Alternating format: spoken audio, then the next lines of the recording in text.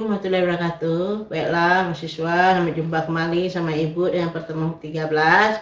Ya, kita mulai dengan materi pengendalian kualitas statistik ya. Pengendalian kualitas statistik itu pengendalian kualitas statistik itu di mana kualitas dari data-data statistik tersebut. Dahuluan ya, kualitas atau mutu. Ukuran tingkat kesesuaian barang atau jasa dengan standar atau spesifikasi yang telah ditentukan atau ditetapkan ya, itu kualitas atau mutu. Pengendalian kualitas statistik ilmu yang mempelajari tentang teknik atau metode pengendalian kualitas berdasarkan prinsip atau konsep statistik. Jadi mempelajari teknik metode pengendalian kualitas berdasarkan prinsip konsep statistik. Cara menggambarkan ukuran kualitas ya. Pertama, variabel. Variabel karakteristik kualitas suatu produk dinyatakan dengan besarannya yang dapat diukur atau besar kontinu seperti panjang, berat, temperatur, dan lain-lain.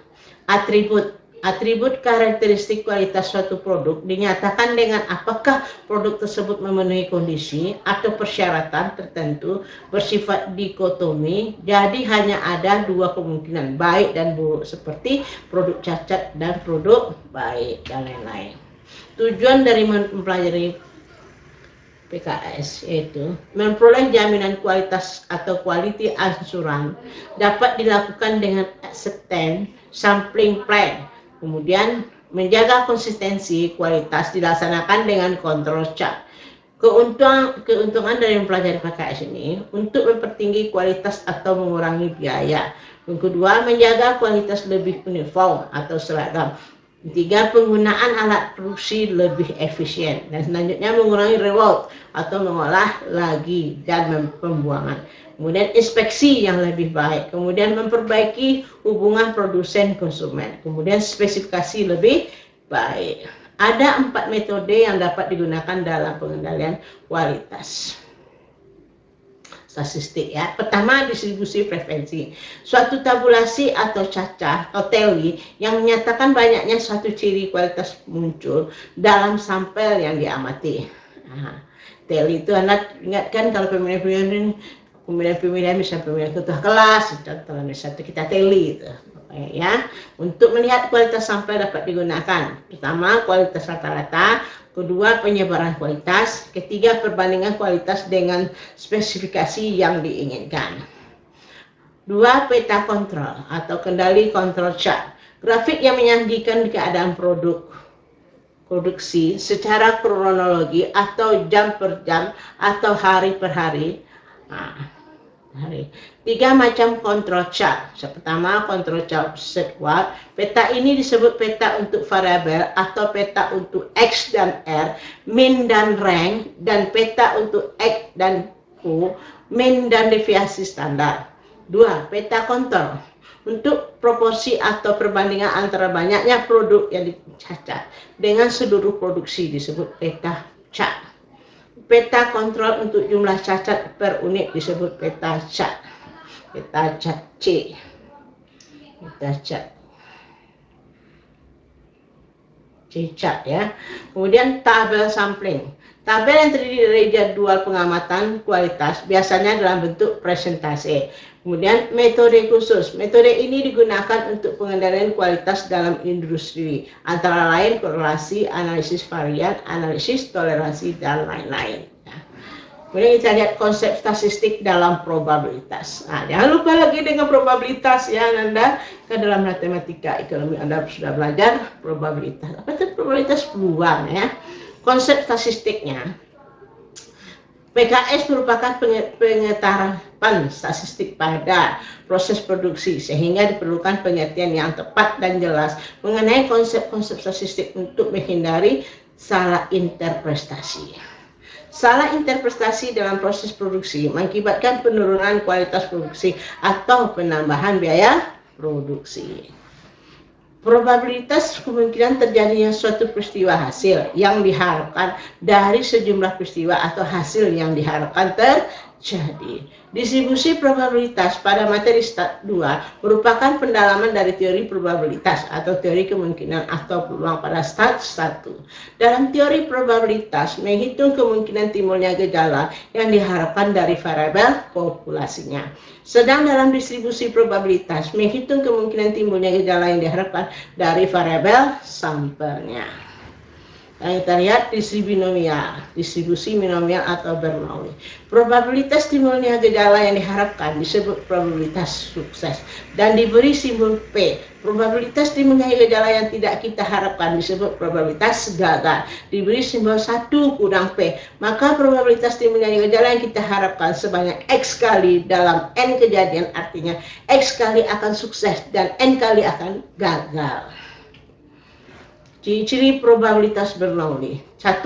Tiap percobaan hanya memiliki 2 kemungkinan hasil saja, yaitu sukses dan gagal. Probabilitas sukses selalu sama pada probabilitas tiap percobaan. Akan tetapi, probabilitas sukses tidak harus sama dengan probabilitas gagal. Setiap percobaan bersifat independen.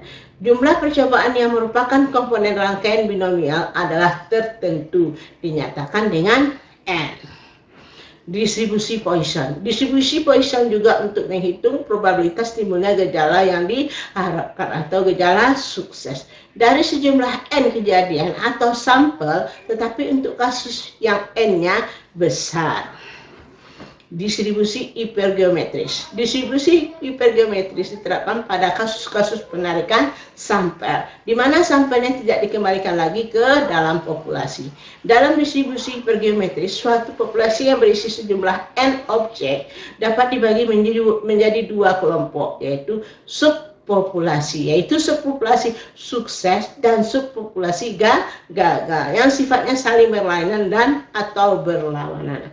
Pengertian sukses dan gagal maknanya tidak selalu sama dengan pengertian sehari-hari, tetapi sekedar menunjukkan adanya 2 kategori yang berbeda. Peta kendali atau control chart. Metode statistik untuk menggambarkan adanya variasi atau penyimpangan dari mutu atau kualitas hasil produksi yang diinginkan. Dengan peta kendali dapat dibuat batas-batas di mana hasil produksi menyimpang dari ketentuan. Kemudian dapat diawasi dengan mudah apakah proses dalam kondisi stabil atau tidak. Bila terjadi banyak variasi atau penyimpangan suatu produk, dapat segera menentukan keputusan apa yang harus diambil. Macam-macam variasi. Variasi dalam objek, variasi antar objek. Nah, variasi dalam objek. Misalnya kehalusan dari salah satu sisi dari suatu produk tidak sama dengan sisi yang lain. Lebar bagian atas suatu produk tidak sama dengan lebar bagian bawah dan lain-lain. Variasi antar objek. Misalnya suatu produk yang diproduksi pada saat yang hampir sama mempunyai kualitas yang berbeda atau bervariasi. Variasi yang ditimbulkan oleh perbedaan waktu produksi. Misal, produksi pagi hari berbeda hasil produksi siang hari. Penyebab timbulnya variasi, penyebab khusus, special cause of variant. Mann, Tol, Maechling, metode dan lain berada di luar batas kendali. Ini penyebabnya. Kemudian penyebab umumnya melekat pada sistem berada di dalam batas kendali.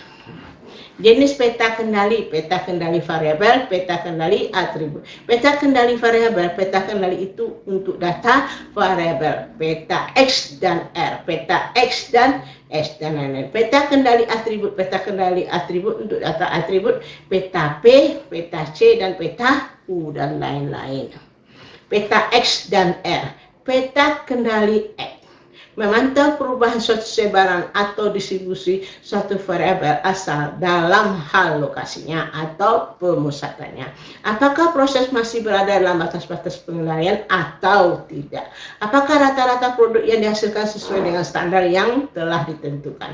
Peta kendali R. Memantau perubahan dalam hal spreadnya atau penyebarannya. Memantau tingkat akurasi atau ketepatan proses yang diukur dengan mencari rank dari sampel yang diambil. Dan kita lihat peta kendali cacat. Peta pengendali untuk banyaknya cacat dalam satu unit produk. Suatu produk dikatakan cacat jika produk tersebut tidak memenuhi suatu syarat atau lebih. Setiap kekurangan disebut defek. Setiap produk yang cacat bisa saja terdapat lebih dari satu defek. Yang diperhatikan banyaknya cacat, bukan jumlah produk yang cacat. Peta kendali U-cat. Peta kendali U relatif sama dengan peta kendali C. Perbedaannya hanya terdapat pada peta kendali U, spesifikasi tempat dan waktu yang diperlukan tidak harus selalu sama. Yang membedakan dengan peta kendali C adalah besarnya unit inspeksi perlu diidentifikasikan. Rumus yang digunakan, rencana penerimaan sampel atau acceptance sampling plan. Rencana penerimaan sampel adalah prosedur yang digunakan dalam mengambil keputusan terhadap produk-produk yang dihasilkan perusahaan. Bukan merupakan alat pengendalian kualitas, namun alat untuk memeriksa apakah produk yang dihasilkan tersebut telah memenuhi spesifikasi. Acceptance sampling digunakan karena alasan: 1. Dengan pengujian dapat merusak produk. 2. Biaya inspeksi yang tinggi. 100% inspeksi memerlukan waktu yang lama, dan lain-lain. Beberapa keunggulan dan kelemahan dalam acceptance sampling. Pertama, biaya lebih murah, minimalkan kerusakan, mengurangi kesalahan dalam inspeksi, dapat memotivasi pemasok bila ada penolakan bahan baku. Kelemahannya, 1. Adanya risiko penerimaan produk cacat atau penolakan produk baik. 2. Membutuhkan perencanaan dan pendokumentasian prosedur pengambilan sampel. 3. Tidak adanya jaminan mengenai sejumlah produk tertentu yang akan memenuhi spesifikasi. 4. Sedikitnya informasi mengenai produk. Kemudian kita lihat lagi 2 jenis pengujian dalam acceptance sampling. 1. Pengujian sebelum pengiriman produk akhir ke konsumen. Pengujian dilakukan oleh produsen disebut the producer test the law for outgoing. Kemudian pengujian setelah pengiriman produk akhir ke konsumen. Pengujian dilakukan oleh konsumen disebut the consumer test the law for incoming quality. Acceptance sampling dapat dilakukan untuk data atribut data variabel. Acceptance sampling untuk data atribut dilakukan apabila inspeksi mengklasifikasikan sebagai produk baik dan produk cacat tanpa ada pengklasifikasian tingkat kesalahan atau cacat produk. Acceptance sampling untuk data variabel karakteristik kualitas ditujukan dalam setiap sampel, sehingga dilakukan pula perhitungan rata-rata sampel dan penyimpangan atau deviasi standar. Teknik pengambilan sampel dalam acceptance sampling. Sampel tunggal, sampel ganda, dan sampel banyak. Syarat pengambilan produk sebagai sampel. 1. Syarat pengambilan produk sebagai sampel, produk harus homogen. 2. Produk yang diambil sebagai sampel harus sebanyak mungkin. 3. Sampel yang diambil harus dilakukan secara acak. Demikianlah pertemuan kita yang ke-13. Mahasiswa semuanya tolong dipelajari materi kita dari yang pertama sampai sekarang, karena gak lama lagi kita akan mengikuti UAS. Oke, sampai jumpa di pertemuan ke-14 minggu depan. Demikianlah Ibu tutup perkuliahan kita hari ini dengan mengucapkan Alhamdulillahirobbil alamin.